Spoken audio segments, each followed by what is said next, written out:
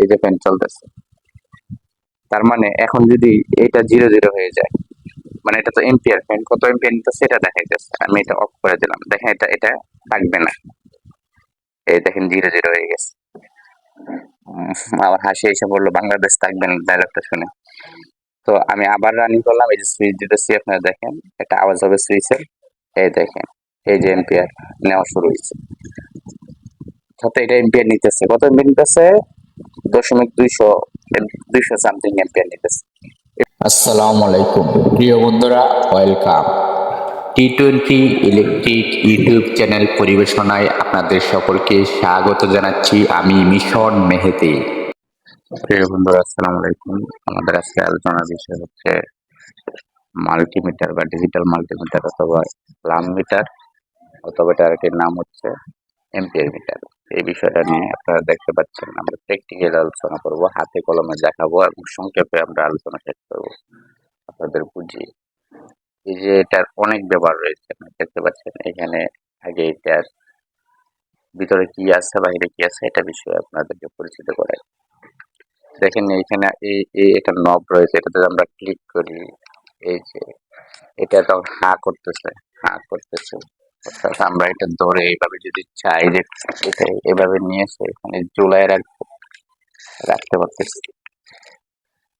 ঝুলানো বা ক্লাম করা যায় বলে এটার নাম ক্লাম মিটার। অর্থাৎ আমরা ওখানে ঝুলিয়ে রেখে আমরা এদিকে কাজ করতে পারবো।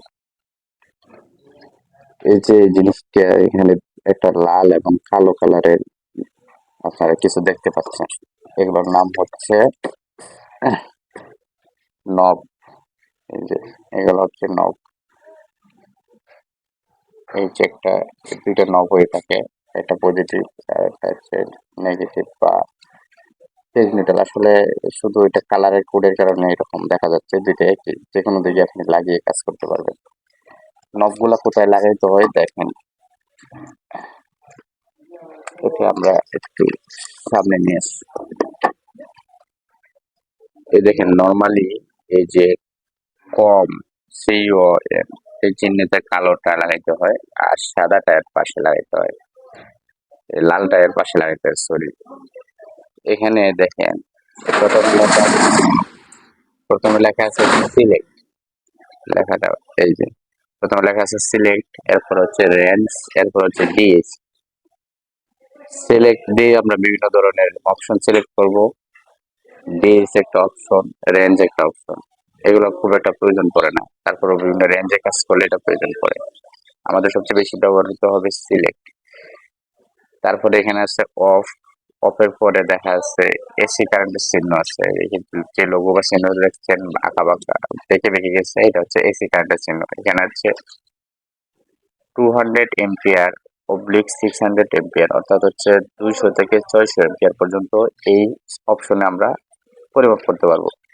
এখানে একটা গোল একটা ঘড়ির মতো করে একটা কাঁটা দেখতে পাচ্ছেন, এটা হচ্ছে সিলেক্টর নব। তো সিলেক্টর নবটা আমরা ঠিক যে জায়গায় রাখবো, এটা সেই জায়গায় আমাদেরকে পরিমাপ করতে হেল্প করবে। এখন এই সিলেক্টর নবটা বর্তমানে অফ অবস্থায় আছে, এই জন্য পুরো ডিভাইসটা বন্ধ বা অফ হয়ে আছে। আমরা যদি সিলেক্টর নবটা এই জায়গায় নিয়ে আসি, তাহলে এটার কাজ করবে। এভাবে করে আবার যে জায়গায় নিয়ে যাব সেই কাজ করবে। এরপরে আছে এসি কারেন্টের চিহ্ন দিয়ে 2 এম্পিয়ার অবলিক 20 এম্পিয়ার, অর্থাৎ এখানে 2 এম্পিয়ার থেকে 20 এম্পিয়ার কারেন্ট এখানে মাপা হয়। অনেক ক্ষেত্রে আমরা হচ্ছে অল্প কারেন্ট পরিমাপ করার জন্য বেশি কারেন্টের জায়গায় নবটা রেখে দেই, এতে পরিমাপ ভুল আসতে পারে। আবার অনেক ক্ষেত্রে আমরা বেশি কারেন্ট পরিমাপের জন্য, অর্থাৎ 20 এম্পিয়ারের বেশি কারেন্ট আপনি পরিমাপ করতে চান, কিন্তু আপনি আহ, এই 20 এম্পিয়ারের বেশি কারেন্ট পরিমাপ করতে চাওয়ার ক্ষেত্রে আপনি 2 এম্পিয়ার থেকে 20 এম্পিয়ারে সিলেক্ট করে রাখলেন, তাহলে কিন্তু আপনি ওইটা পরিমাপটা সহজে পাবেন না বা এটা ভুল আসবে। তারপর একটা ওই আপনার চিহ্ন আছে দেখেন কারেন্টের, একই চিহ্ন, মানে আবার এম্পিয়ারের চিহ্ন বা বিদ্যুতের চিহ্ন। এরপর হচ্ছে বি মানে ভোল্ট, আর 8G মানে হচ্ছে হার্জ। অর্থাৎ এখানে আপনি এসি কারেন্টের ভোল্ট, অর্থাৎ 220 ভোল্ট, 440 ভোল্ট, এই ভোল্ট এবং হার্জ মাপতে পারবেন।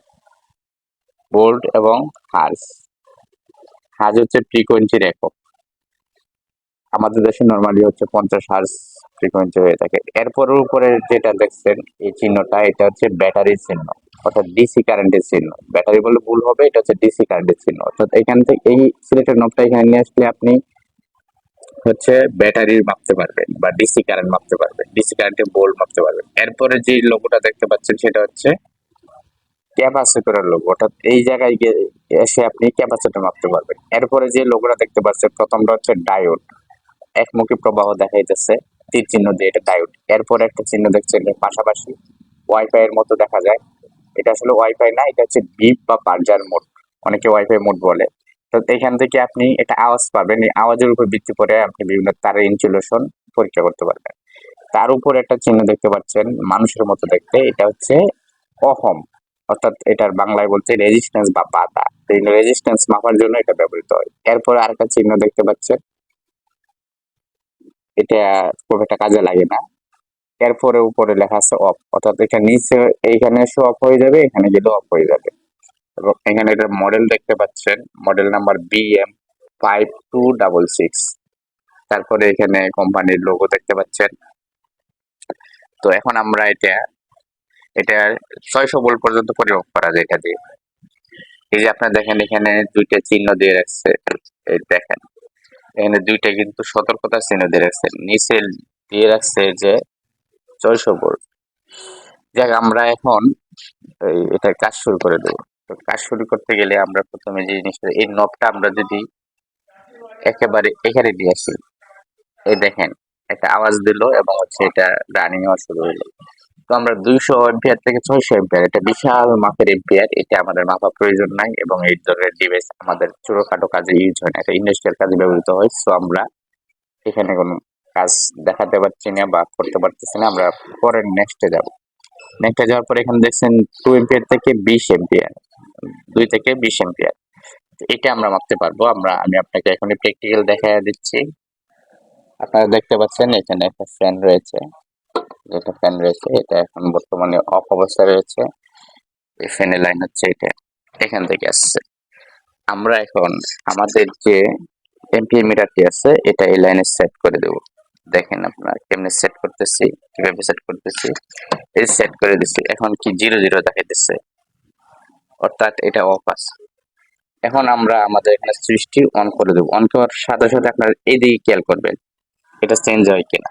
আমি অন করলাম, এই দেখেন 0.3 থেকে শুরু করে এবার কমে কমে 2 আসছে, অর্থাৎ স্টার্টিং 0.3 এম্পিয়ার নিয়েছিল, এখন 0.2 এম্পিয়ার নিতেছে। 0.2 তো 241 .240 বা 41 এম্পিয়ার নিতেছে।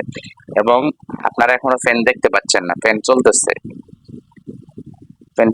এই যে আপনারা এখন দেখেন, এই যে ফ্যান চলতেছে। তার মানে এখন যদি এটা 00 হয়ে যায়, মানে এটা তো এম্পিয়ার, ফ্যান কত এম্পিয়ার নিতেছে এটা দেখাইতেছে। আমি এটা অফ করে দিলাম, দেখেন এটা থাকবে না, এই দেখেন 00 হয়ে গেছে। আমার হাসি এসে বললো বাংলাদেশ থাকবে না ডায়লগটা শুনে। তো আমি আবার রানিং করলাম, এই যে সুইচ দিতেছি, আপনারা দেখেন একটা আওয়াজ হবে সুইচের, এই দেখেন এই যে এম্পিয়ার নেওয়া শুরু হয়েছে। সাথে এটা এম্পিয়ার নিতেছে, কত এম্পিয়ার নিতেছে, 200 সামথিং এম্পিয়ার নিতেছে। এভাবে করে আপনি এটা তো একটা ফ্যান মোটর, থেকে শুরু করে ফ্রিজ, এসি থেকে শুরু করে যত আপনার লাইট লোড বা বাতি থেকে শুরু করে যত ধরনের লোড আপনি ব্যবহার করবেন, সব ধরনের লোডের আপনি এম্পিয়ার মাপতে পারবেন। এই মুহূর্তে আমরা একটা বাতির এম্পিয়ার মেপে দেখাবো আপনাদেরকে। আপনারা দেখতে পাচ্ছেন বাতিটা এখন অফ অবস্থায় আছে, খুব সুন্দর একটা বাতি। এটা আমরা চালু করব এবং এইটা 00 এম্পিয়ার আছে। তো এখানে একটা বিষয় হচ্ছে ফ্যান আর বাতি একসাথে আমরা চালাবো। আগে আমরা দেখছেন 0.2 বা 200 সামথিং এম্পিয়ার দেখাইছিল, এখন এম্পিয়ারটা চেঞ্জ হয় কিনা। আমি সুইচ দিলাম, বাতি জ্বলতেছে এবং দেখেন এম্পিয়ারটা চেঞ্জ হয়ে গেছে, দেখতে পাচ্ছেন। বাতিটা অফ করে দিলাম।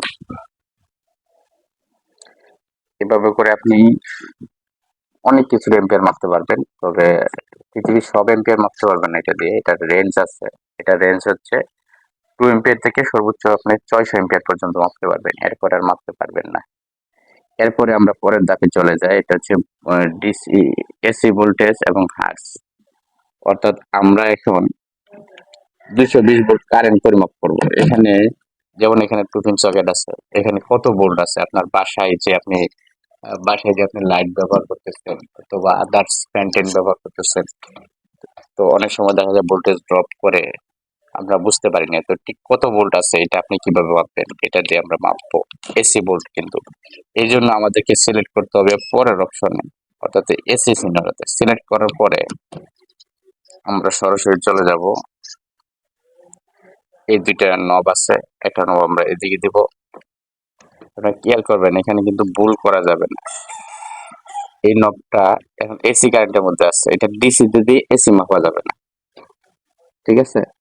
এখানে দিলাম, আরেকটা এখানে দেব। দেওয়ার আগে আপনারা খেয়াল করেন, প্রথমেই এই যে 28 দেখা যাচ্ছে, আমরা এখানে দেওয়ার সাথে সাথে দেখেন 221 বা 22 ভোল্ট দেখা যাচ্ছে, অর্থাৎ বর্তমানে আমার বাসায় 222 ভোল্ট পাওয়া যাচ্ছে।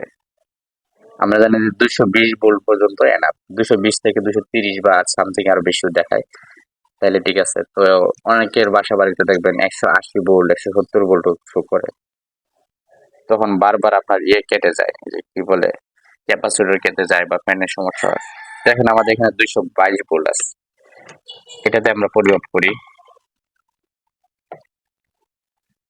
দেখেন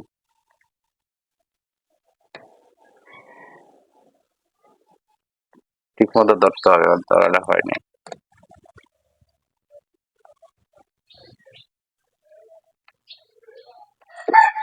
নড়াচড়া করতেছে,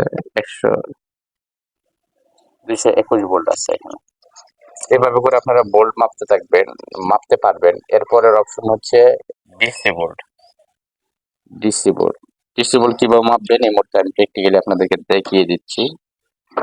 ধরেন এই যে একটা ব্যাটারি দেখতে পাচ্ছেন, এটা 12 ভোল্টের ব্যাটারি, ঠিক আছে? তো আমরা আমাদের মিটারের একটি নব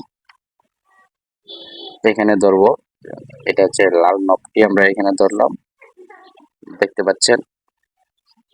কালো নবটি আমরা পাশে ধরবো, ধরার পরে আপনি দেখছেন এই যে 12.77 দেখাইতেছে, অর্থাৎ 12 ভোল্টের উপরে আসছে, অর্থাৎ ব্যাটারিটা ফুল চার্জ অবস্থায় আছে এবং ভালো অবস্থায় আছে, ঠিক আছে? এখন ব্যাটারিটা আসলে ভালো কিনা পরীক্ষা করলাম, যে এই বিষয়টা তো আপনাদের প্রুভ করতে হয়। আমি এই যে সুইচ অন করে দিব, সুইচ অন করে দিলেই বাতিটা জ্বলে উঠবে। আমি সুইচ অন করতেছি, এই দেখেন বাতি চলে গেছে, এদিকে আরেকটা বাতি জ্বলছে। এখন আমি সুইচটা অফ করে দিব, এই বাতি নিভে গেছে, ব্যাটারিটা আমাদের ভালো ছিল। এবার আমরা পরিমাপ করব মাল্টিমিটার দিয়ে ক্যাপাসিটর, এই যে চিহ্নটা দেখতে পাচ্ছেন, ক্যাপাসিটরের চিহ্ন। ক্যাপাসিটর মাইক্রোফ্যারাডে পরিমাপ করা হয়, এখানে সাথে সাথে মাইক্রোফ্যারাডের লোগো চলে আসছে, দেখতে পাচ্ছেন কিনা? এই এনএফ, এনএফ মানে মাইক্রোফ্যারাডের সংকেত, লোগো চলে আসছে। আমরা একটা ক্যাপাসিটর এই মুহূর্তে এখানে পরিমাপ করব।